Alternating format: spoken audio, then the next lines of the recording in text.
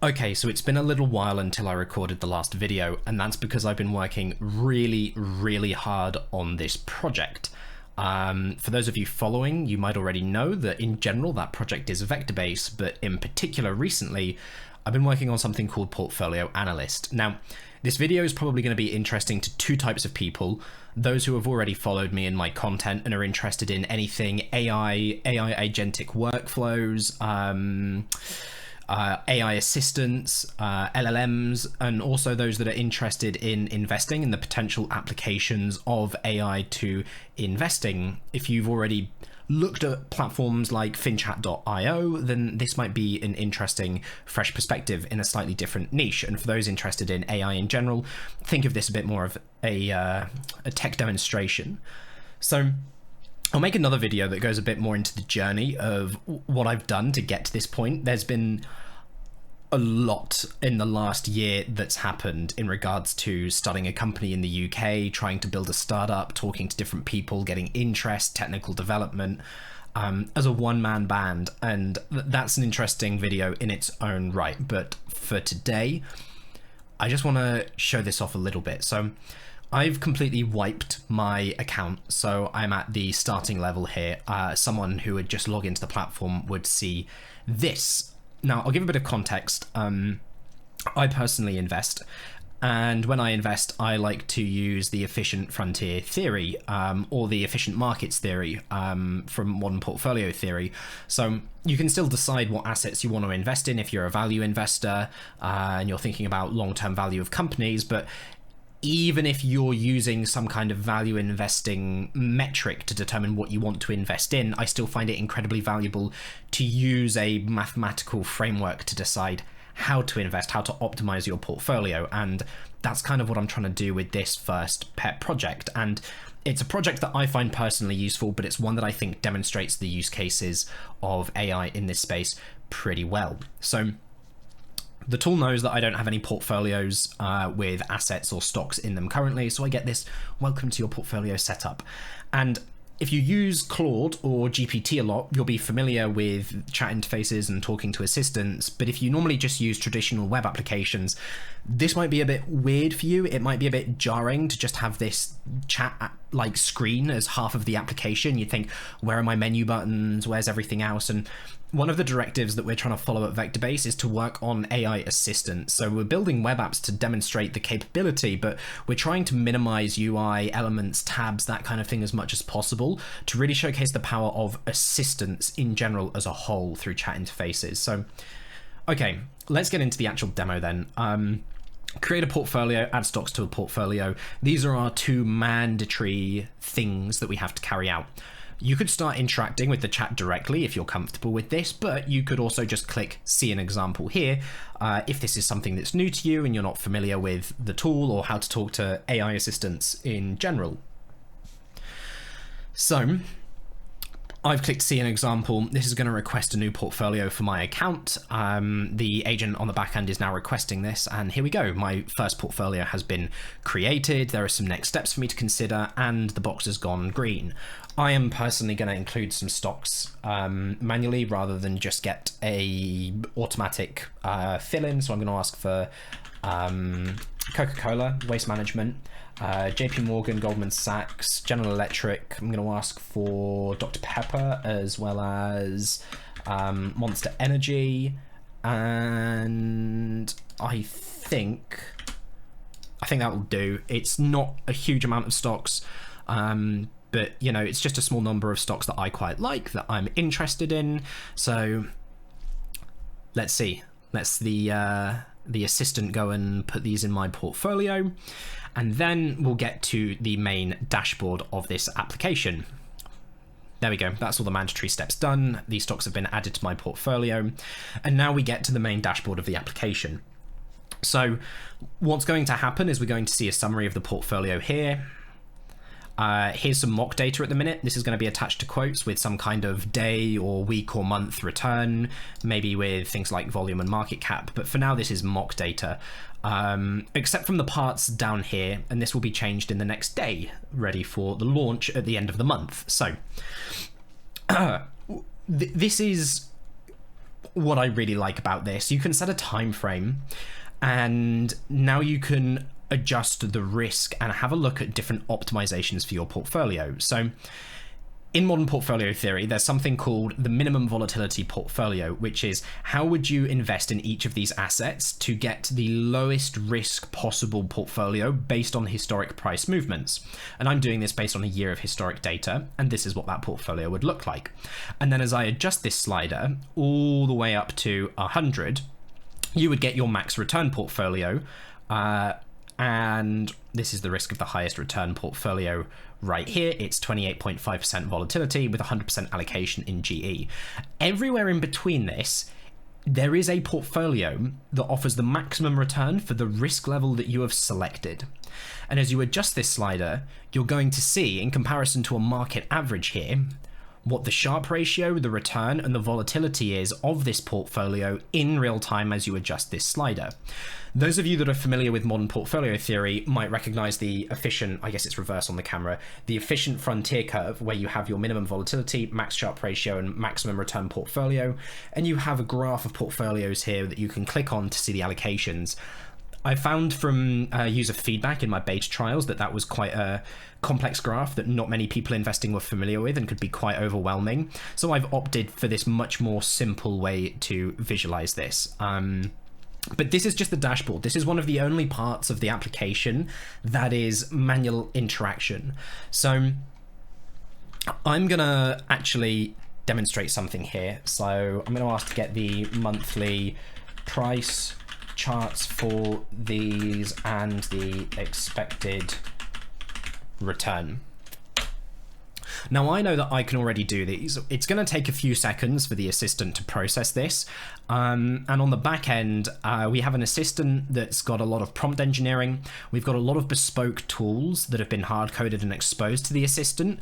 And so the assistant is basically responsible for taking the user request, breaking it down into the intent, and then coordinating what tools need to be run to collect that information for the user. So here we go. I've asked for monthly price charts and the expected return, and it's come back to me with a clickable component. Again, this is something you might recognize if you use Claude. So we click this and we get a visualization of our historic price movements, along with a next step, pin the pop-up visual to the dashboard to allow slicing of the data and viewing of the percentage returns. So I'll do that. Here we go. And I can slice the data, and the UI is a bit rough here.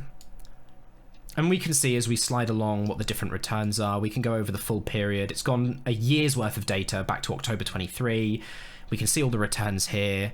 And we have a little summary at the portfolio level. That is brilliant. I'm going to get rid of this pop-up because I don't actually want that. Now I asked for the expected return, and it's done it off the monthly chart data, but I'm going to ask instead for expected return and covariance. And if you're interested in knowing what underlying tools the agent can perform, there are some help buttons up here that will show you value at risk, how to request value at risk analysis, efficient frontier, how to request an efficient frontier analysis, historic price data, which I've just shown you, earnings reports, expected return and covariance, spoiler, and earnings reports for companies. These are currently what the assistant has access to in the data that we can provide. And here we've got our response from the agent showing us our expected returns annualized, along with our covariance matrix, which we can also swap into a demeaned matrix or a correlation matrix if we want to see the correlation of assets within our portfolio. So this is really quite cool. And you might think, okay, well, that's great. You could have just had each of these as a button and you could have just linked it to the portfolio. But the power here is the natural language processing and being able to deviate from your main portfolio to doing abstract analysis. So I could say, can you do that again, but including QQQ and VOO, and then perform efficient frontier. So you can begin to mix commands, and you can begin to include assets that aren't necessarily within your main portfolio that your dashboard is visualizing. And this is where you can get a bit creative and actually begin to do things like say, could you find an asset that I could swap Coca-Cola for, another beverage asset, or another bank that I could swap JPM for with a higher return, a lower volatility? And then could you actually do the efficient frontier and compare that to what's on my dashboard? and you can begin to have a more of a fluid conversation about how you might go about adjusting your portfolio or adjusting the assets inside. And you can go on this sort of tangential exploration with the chat agent while constantly having your main portfolio here as a reference. And so I'm not so interested in the expected returns, although I'll pop into it just to show it's updated it with VOO and QQQ. Meanwhile, nothing has changed on our main dashboard. Efficient Frontier, maximum Sharpe ratio portfolio has 1.06. These allocations here. This might not be the exact same look back period as I've used on the dashboard, so we can't do a direct apples for apples comparison, but 1.06, here we have 3.17. We might be using a longer look back, but I can actually ask what was the date range for this analysis. And maybe looking at this, I go, you know, I do like the idea of having at least one fund to be allocated within my portfolio rather than all individual assets. Date range was October 2023 to October 2024. So I could say, okay, can you add QQQ to my portfolio? I'm not specifying the portfolio. This is context driven. And then it's going to do this, and you'll see what happens next. And I think this is really useful. I personally have used this for several months for my investing, and I've been building out this tool to act as the first proof of concept for a VectaBass agent and how it can operate and how it can be put into an actual application. Here we have QQQ, which unfortunately for my data provider doesn't have a ticker logo available, but you know, it's okay. And it's not really included in my portfolio here at all. All other assets are sort of preferred over it. So, you know, that's fine. Maybe if we swap to 5 years, maybe we'll get QQQ included a bit more for its long-term stability.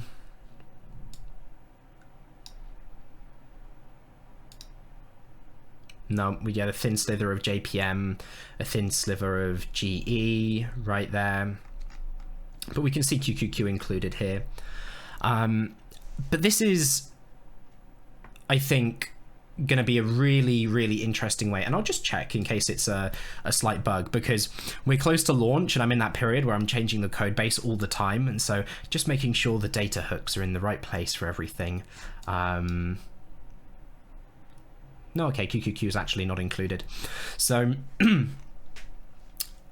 this could be a new way of managing your investments.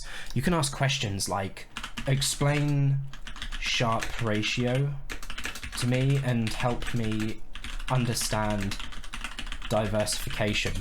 I want to hook this up to RAG systems with explanations in detail of financial terms and what they mean. So it doesn't just act as a portfolio optimization tool, but also an educational tool that's constantly offering you next steps to guide the conversation, to try and work out where you'd like to go with it.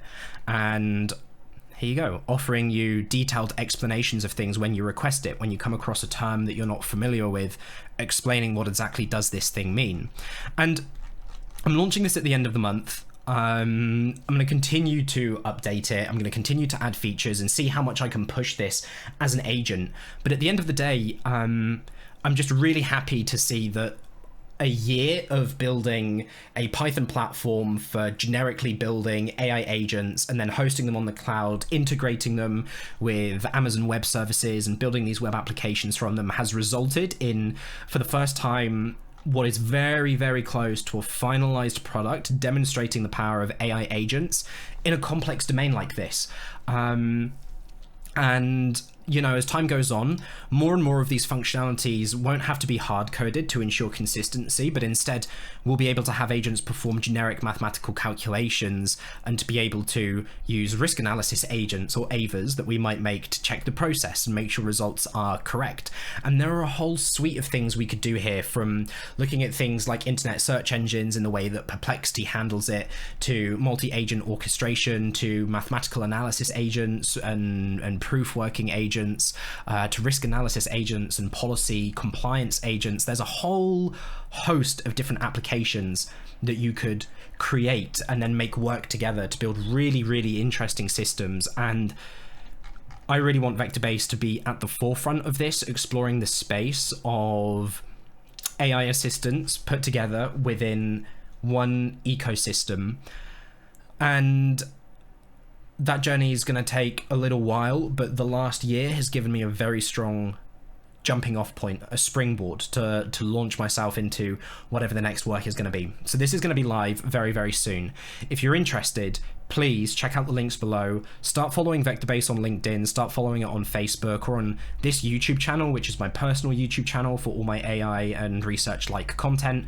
I'll be making another video about my experience of running a startup and getting to this point and the different iterations of this product and more of the technical nuances behind VectaBass in general, not just Portfolio Analyst. But you can also check out the VectaBass.com website if you're interested in this product. It's currently the landing page and you'll be able to see updates there. So thank you for watching. I hope you found this interesting. I hope this provides a new light on AI in the financial space and also the power of AI agents and how we might see them interact with us in applications in the future. I also have a video on the death of web pages on this channel where I talk specifically about the vision here of changing the internet to provide us data when we ask for it, driven by AI agents instead of using search bars and buttons and traditional UI methods, having truly intelligent search with our computers, with our websites, with the internet. So thanks again for watching. Hope you enjoyed. See you in the next one.